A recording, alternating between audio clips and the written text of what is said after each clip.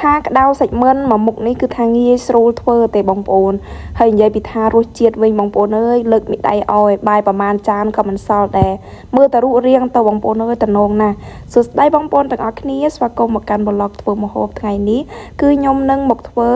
ឆាក្តៅសាច់មិនណាបងប្អូនអញ្ចឹងជាដំបូងគឺថាទៅកាត់ជាមួយនឹងគល់ស្លឹកគ្រៃកាត់បានហើយលាងទឹកស្អាតហើយក៏ចាប់ផ្ដើមយកមកហាន់ជាចំណិតតូចតូចបងប្អូនដើម្បីយើងបកជាមួយនឹងគ្រឿងវាអញ្ចឹងទៅមានរំដេងមានល្មៀតមានជាមួយនឹងស្លឹកក្រូចខ្ទឹមសអញ្ចឹងទៅបងប្អូន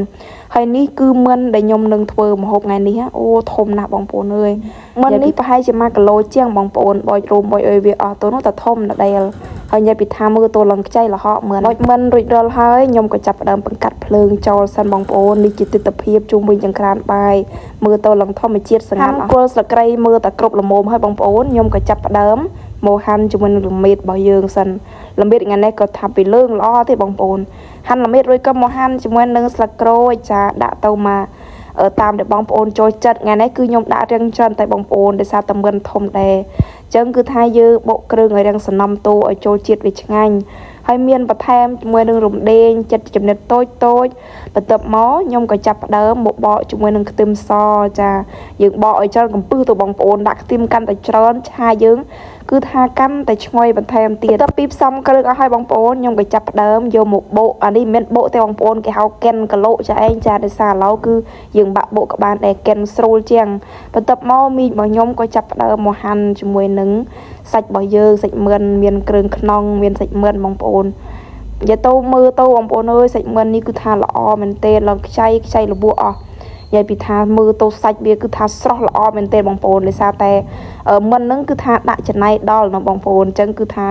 ដេញតែជាតិហើយថ្ងៃនេះបងប្អូនហើយសាច់មឿនយើងកាប់ចំណិតតូចតូចមកល្មមបងប្អូនកុំទូចពីកុំធំពីមកល្មមទៅពេលដែលយើងឆាជាមួយនឹងគ្រឿងគឺថាវាចូលជាតិល្អបងប្អូនហើយឆាក្តៅថ្ងៃនេះគឺខ្ញុំដាក់ជាមួយនឹងតកូនដែរបងប្អូនតកូននិងសណ្ដែកចាដោយសារតកូននេះគឺយាយខ្ញុំក៏ដាំសល់ហើយនឹងសណ្ដែកគួរអញ្ចឹងខ្ញុំចាប់ដើមប៉លេះស្រកតកូនសិនចាបន្ទាប់ពី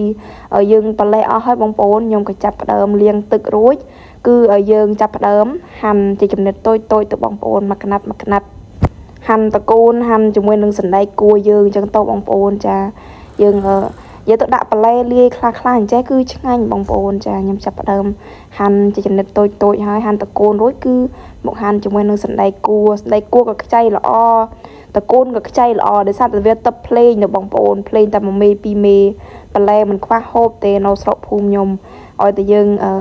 ប៉ិនរោអញ្ចឹងទៅបងប្អូនចាខ្ញុំចាប់ផ្ដើមហា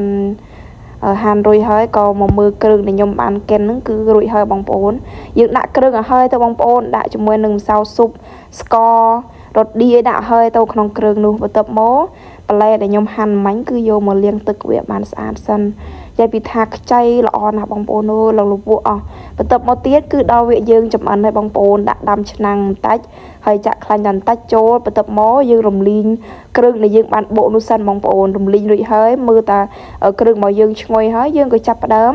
ចាក់ជាមួយនឹងសាច់មិនដែលយើងបានកាប់ពីចំណិតតូចចឹងទៅបងប្អូនអូនិយាយថាឆ្ងាញ់ណាស់បងប្អូនអើយមកមុខនេះគឺថាជាតិតែមែនទេយើងកូរច្បល់ហើយបន្ទាប់មកយើងគ្របវាមកសន្ទុះទៅមើលតែវាចូលជាតិហើយឆ្អិនជាស្តាពោហើយសម្រាប់វីដេអូថ្ងៃនេះគឺមានតែប៉ុណ្្នឹងឯងបងប្អូនបើសិនជាចូលចិត្តកុំភ្លេចចុច like comment និង share វីដេអូខ្ញុំមួយផងបាយបងប្អូន